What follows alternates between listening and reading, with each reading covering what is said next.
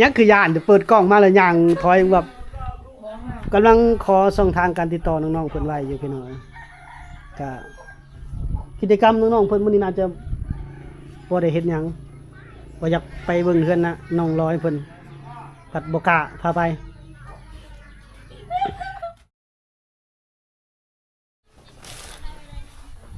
สบายดีพ่อแม่พี่น้องเนาะ EP นี้บ่จอยพาท่านผู้ชมมาเลาะชมชนบทของชาวลาวเฮาพี่น้อง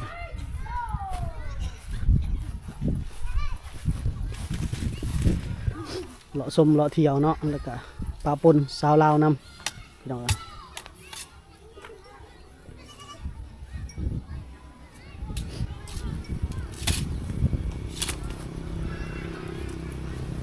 สบายดีเฮ็ดสวนแล้วเนาะบัดนี้เนาะหมดอันนั้นหมดฝนแล้วเด้เริ่มหมดฝนแล้วปลายฝนต้นหนาวเฮ็ดสวนปลูกผักเนาะบ่มีเงินซื้อแยงกี สารเอาเนาะโอ้นี่เราสารเอาเนาะสารเองเลย ตัดเองเพื่อที่การเฮ็ด เอาเว้าไปจังซั่นล่ะ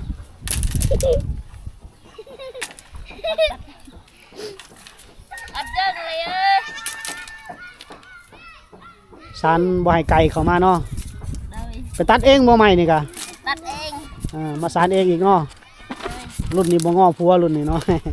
พวกบ่แพง ผัวบ่แพงโอ้เว้าไปแล้วเจ้านี่กันเนาะ มีแต่เมียพวกแพงผัว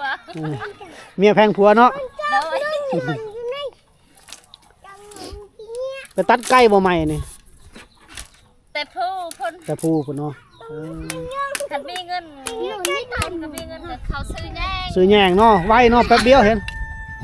เอาบ่มีเงินสิตัดเก็บกระดาษไม้นี่ เอาจะเฝ้าลงทุนหลายเฮ็ดแบบนี้แหละมันจึงประหยัดเงินประหยัดงบ ก็ประหยัดเงินก็บ่มีเงิน ตั้งบ่ เอากินก็บ่มีกินละแม่ซื้อ โดยตัดใหม่เองสารเองเฮ็ดมองปลูกผักเพิ่นว่าบ่ง้อผัวอีกเฮ็ดเองอีก เลยเอ้ย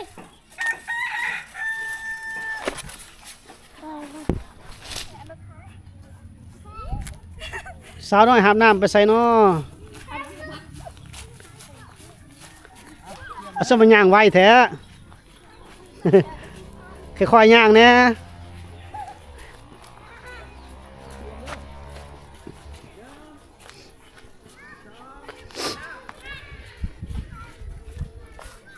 โอ้ยผมสาวน้อยเพิ่นแต่ว่าเฮาย่างบ่ทันของเราซ้ำเราย่างไวเลยเนาะพี่น้องเนาะ คู่น้อยคู่ใหญ่เนาะ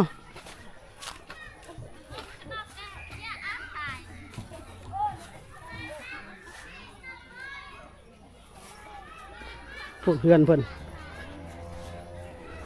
ลูกสาวเจ้าบ่โอ้ลูก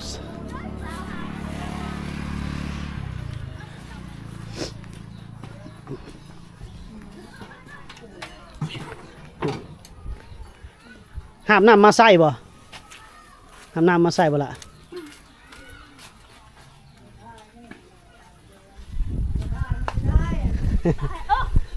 เอาแล้วปบเลยพี่น้องเลยโดยเอาบ่ได้ไปจักเทื่อแล้วมื้อนี้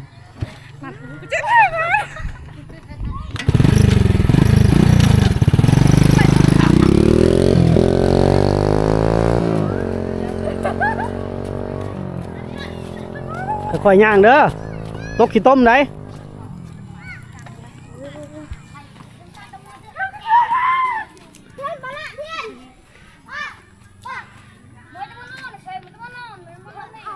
หาบน้ำขึ้นเฮือน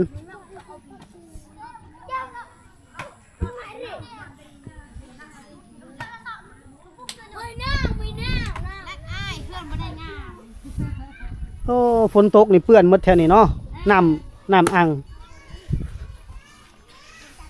ลูกสาวบ่เมื่อกี้นี่ ลูกสาว โอ้ กันเพื่อน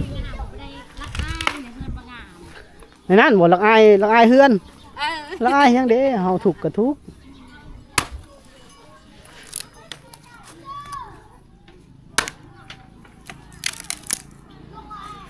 ผ่าฟืน1เข่าเลยเนาะ นึ่งข้าว 1เข่าดังฟืนดังไฟบ่ผ่าบ่ได้บ่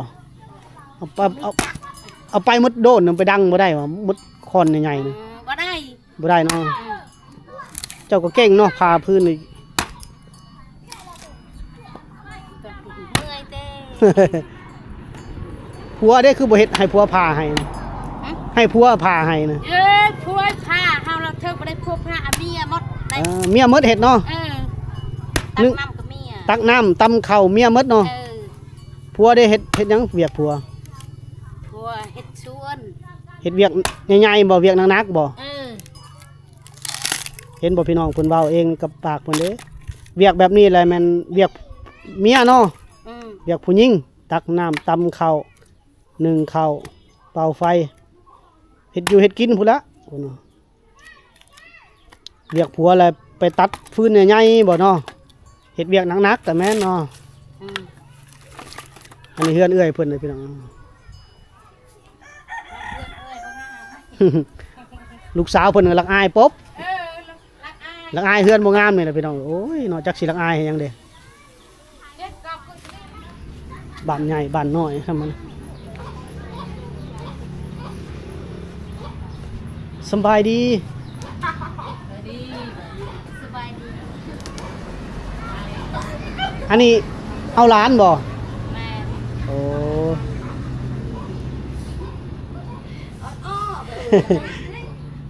ผู้สาวลาวในชนบทเด้อนี่พี่น้องเนาะโอ้ยเอาหลานยังน้อยๆอยู่เนาะยังแดงๆอยู่บ่ได้ไปหูดข้าวหูดน้ำบ่ บ่มื้อนี้อยู่เกือบ หรือว่าแล้วแหละ ไปเอาหาโดยไป แล้ว บ่มีข้าว โอ้แต่ว่าเต็มเหล้าเนาะบ่มีข้าวแต่ว่าเต็มเหล้าอยู่ พวกรถจอดคันบักใหญ่ยังว่าบ่มีข้าวจักสิว่าได้เนาะ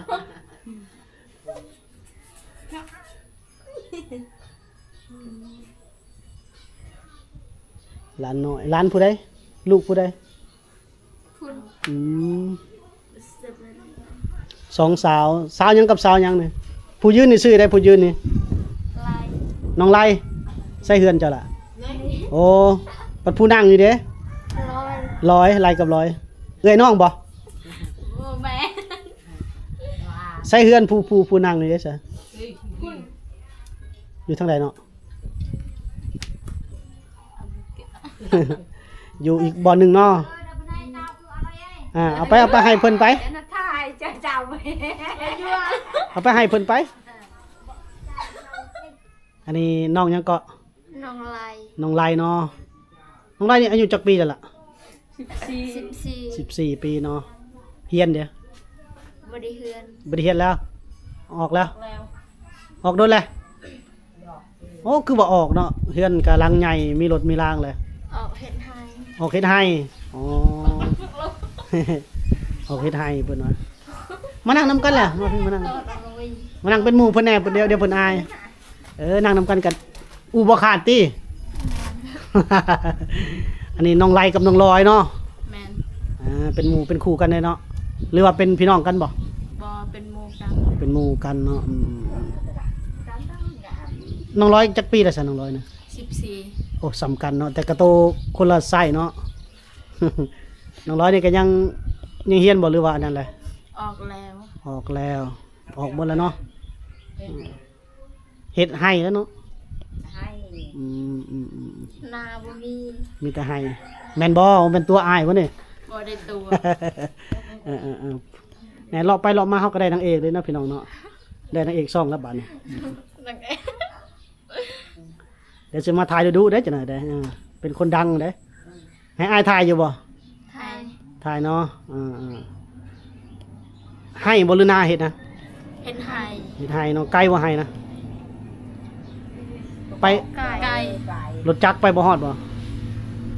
ฮอดอยู่จังหวัดยากบ่ หอดยางเอา ยังเอาพูดมาแล้วสักเขาให้นะ พูดแล้ว พูดแล้วเนาะเก็บเกี่ยวมาแล้วโอ้ไว ว้เนาะปีนี้เนาะ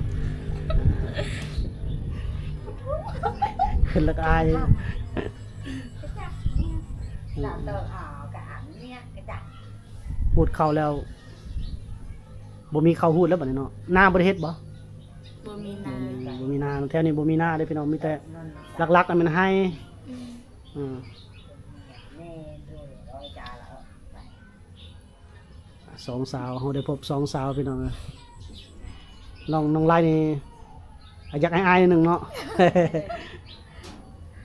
แต่ละมือไปใช้ซะแต่ละมือหูดเข้าแล้วเนี่ยหูดเข้าแล้ว ไปเลี้ยงแบเมื่อแต่เลี้ยงแบ โอ้หากลับมาแต่เลี้ยงแบะบ่เนี่ยงัวได้บ่ได้เลี้ยงงัว บ่มี มีแต่แบะโอ้แบะนี่ก็ได้ไปเลี้ยงเนาะได้ไปนำมันคะแนนเนาะอ๋อกะยานว่าปล่อยแล้วตอนแรงไปไล่มา โอ้เดียว เลี้ยงเนาะโอ้ได้เลี้ยงแบะ จ้ะ อืม ใหญ่นะ หลายบ่แบะ บ่ได้หลาย 50ตัว 3ตัว5-4ตัว จักตัวก็ 5-4 4-5ตัวอ๋ออ้ายว่าบ่กว่าแล้วแบะ4-5ตัวยังเป็น10ตัวพุ่นแหละจะได้ไปเลี้ยงเนาะ ตัวกว่าแต่ออนไปทะเลได้รับ บ่ได้ตำข้าวเลยเนาะสีเอาบ่สีเอาบ่หรือตำเอา สิเอา สีเอาอันนี้เฮือนเพิ่นให้พี่น้องเฮือนน้องไล่เพิ่นละทั้งนี้อ่าสาวงามในชนบทนี่แหละเฮือนเพิ่นพี่น้องมื้ออื่นไปใช้ซะมื้ออื่นกะ อยู่เพื่อน อยู่เฮือนเนาะไปเลี้ยงแบะคือเก่า เมื่อแต่เป็นเลี้ยงแบก็อยู่เพื่อนตลอด อ่าบ่ได้ไปเฮ็ดอย่างอื่นเนาะบ่ได้ไปรับจ้างทำหยังเนาะ ไปมีคนทับจ้าง ไปบ่อันนี้พอดีว่ารับจ้างหยังไป หับจ้างเกี่ยวข้าว โอ้วันเท่าใด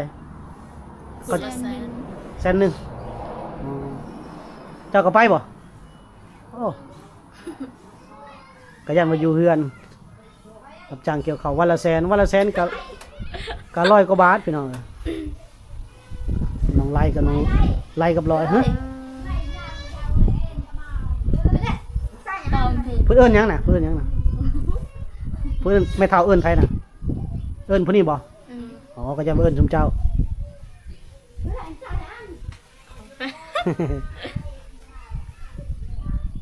นอนใช้เวลานอนเฮือนตัวเองบ่หรือว่าไปนอนเฮือนหมู่ นอนเพื่อนตัวเอง น้องร้อยเด้ นอนอยู่เพื่อนนี่ มานอนนี่เนาะแสดงว่าน้องร้อยมานอนนำน้องไล่นี้บังเอิญพบกับน้องๆเพิ่นได้พี่น้องเอ้ยนอกจากไปเลี้ยงแบะแล้วไปหากินอยู่บ่ซุมเจ้าก็ ไปหาหน่อไม้ หน่อไม้บ่แท้นี่สอนก็ได้บ่ได้ไปสอนอยู่บ่สอนบ่มีบ่หมองไปสอนแท้นี่น้ำห้วยบ่หรือน้ำเซ น้ำห้วย น้ำห้วยเนาะปลาหลายบ่น้ำห้วยตัวนี้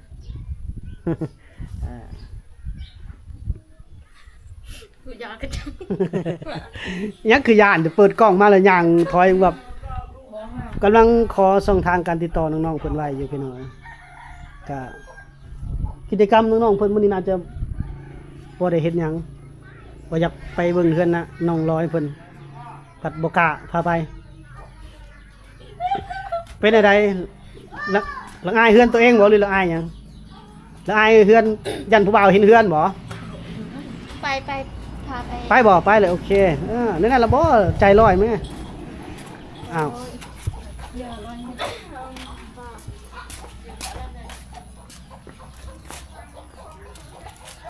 ตอนนี้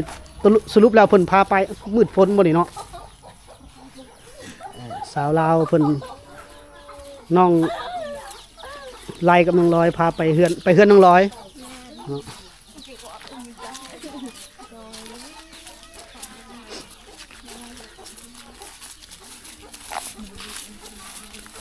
บรรยากาศในหมู่บ้านน้องเพิ่นเลยได้พี่น้อง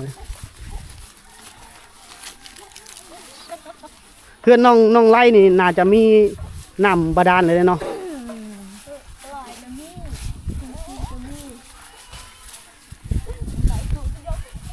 อ้าวสุกสิกกันอยู่เนาะ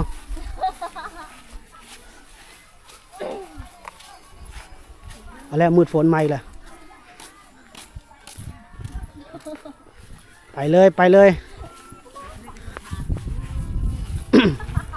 เอ้าเราก็เห็นแต่ทางหลังเพิ่นเนาะ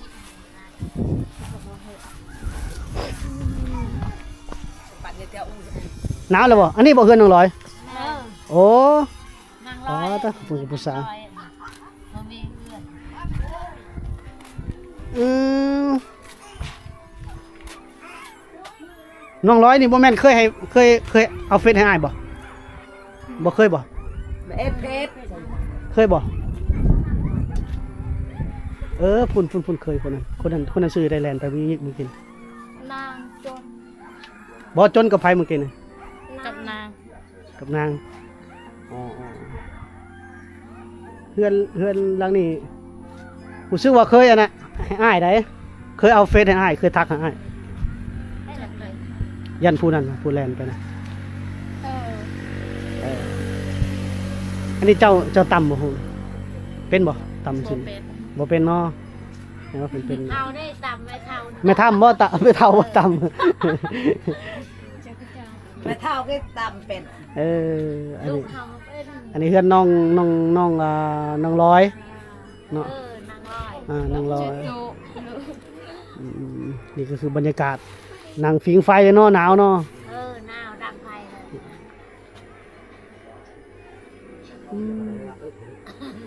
เพื่อนเพิ่นก็มีหงศอกหงสีเลยได้อพี่น้องเอ้ยอันนี้ร้านบ่ แม่น เป็นเพื่อนน้องร้อยนี่เพื่อนต่อกันเพื่อน ไม่ใช่เรื่อง เก่ากับเพื่อนใหม่สร้างไว้อืม ไม่มาใหม่พูดถึงเรื่องช่างทีมมันปีมาแล้วเบิ่ง นี่พ่อเฒ่าเฮ็ดกำลังเฮ็ดหยังพ่อเฒ่านะ กัด เฮ็ดอะไร แป้งกับดักนี่เนาะ แมน เอาหนูบ่ แมน ได้กินหนูใหญ่แล้วเนาะ แมน เป็นโนูใหญ่โนูน้อย เอาไว้ก่อนหลานน่ะอุ้มไว้ก่อนปาไว้ก่อนปะไว้ผมเลยปะไว้ สาวลาวในชนบทพี่น้องเอ้ยพอได้ฮู้จักกับน้องๆเพิ่นเนาะ ตอกกันเลย น้ำในมีน้ำโป่มหมดเลยเนาะน้ำใดหมดเลยเนาะโอ้สบายเลยสุดพุ่นเลย ตรงนี้คือเพื่อน อืมมีแต่น้ำโป่มหมด สบายแล้วบ่ได้ไปหาบน้ำบาดาลเลยเนาะ เอาแน่น้องอับเอาไปเลยมีน้ำมีคน แม ชื่อน เขาไปชงเขาไปเฮ็ดจานเขาไปบอลใดเขาเจาะหูบอลเขาจะเจาะ โอ้ ไปชงแล้วเขาเจาะให้ พอ เวลา พอเพิ่นเป็นผู้ติดต่อเนาะ แมน อืม ตาตา ก็ให้ ปะเมื่อลิ้นเฮือนน้องไล่ขึ้นสปาบัดนี้ป้าเพิ่น แม่ได้แล้ว เกินไหลกันใหญ่แล้วเลย โดยเพิ่นไว้เราเข้าไปคล้ายๆเผามังกรอยู่เนาะบ่แม่นมังกรบ่ท่านเนี่ยเผามังกรบ่คุณเจ้า มันก็ มังกรบ่อ๋อก็เราเข้ากับปลาไว้อยู่นอกบ้านเนาะบ้านนี่ผู้สาวหลายเด้อบ้านนี่พี่น้องแต่ว่าเพิ่นยังอายกล้องหลายเนาะมีแต่คนงามๆไปเมื่อเฮือนบัดนี้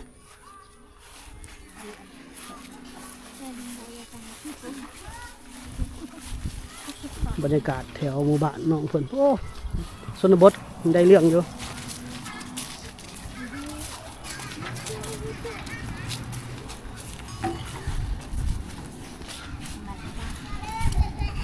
เพื่อนน้องไล่แล้วตอนหน้าเฮานี่พี่น้องโอ้เพื่อนเพิ่นแน่นหนาแล้วถือว่ามันคงแล้วเนาะมันคงแล้วเฮือนน้องไล่นี่ มาเข้ากล้องตีล่างเพิ่นฝนมาเลยเด้บัดนี้พี่น้องเอ้ยฝนก็ตกมาพอดีเนาะโอเคไอ้ายสิกลับแล้วขอขอบใจน้องๆทั้งสองคนเด้อ มื้อหน้าจังมาเยี่ยมยามใหม่เด้อเอาไปบ๊ายบาย สาย โอเคเนาะพี่น้องเนาะเอาเลาะไปเลาะมาก็ได้มาพ่อกับน้องๆทั้งสองคนพี่น้องน้องร้อยกับน้องไล่พี่น้องเนาะสองสาว ลาวในชนบทพี่น้องเนาะก็ได้ทำความรู้จักกับน้องๆเพิ่นประมาณหนึงมีโอกาสเฮาก็จะได้เข้ามาเยี่ยมยามน้องเพิ่นอีกครั้งเนาะพี่น้องเนาะฝากกดไลค์กดแชร์ให้บ่าวจอยได้เด้อเนาะก็ช่องเฮาก็จะเริ่มออกชนบทแน่ช่วงนี้เนาะพี่น้องเนาะเพราะว่าบ่าวจอยบ่ได้มีเวลาเข้าไปถ่ายคลิปซอยเรือหรือว่าถ่ายคนทุกข์คนยากเนาะเนื่องจากว่ายอดวิวทั้งช่องมันก็บ่ดีแน่พี่น้องเฮาจะเน้นไปทางวิถีท่องเที่ยวเนาะเพราะว่าช่องที่เขาเคยเฮ็ดแต่ก่อนแต่เดิมเนาะปะปนกันไปเด้อพี่น้องเด้อโอเคเนาะคลิปวิดีโอนี้บ่จอยขอจบไว้สำหรับนี้พบกันใหม่ใน EP หน้าสำหรับ EP นี้สำบายดี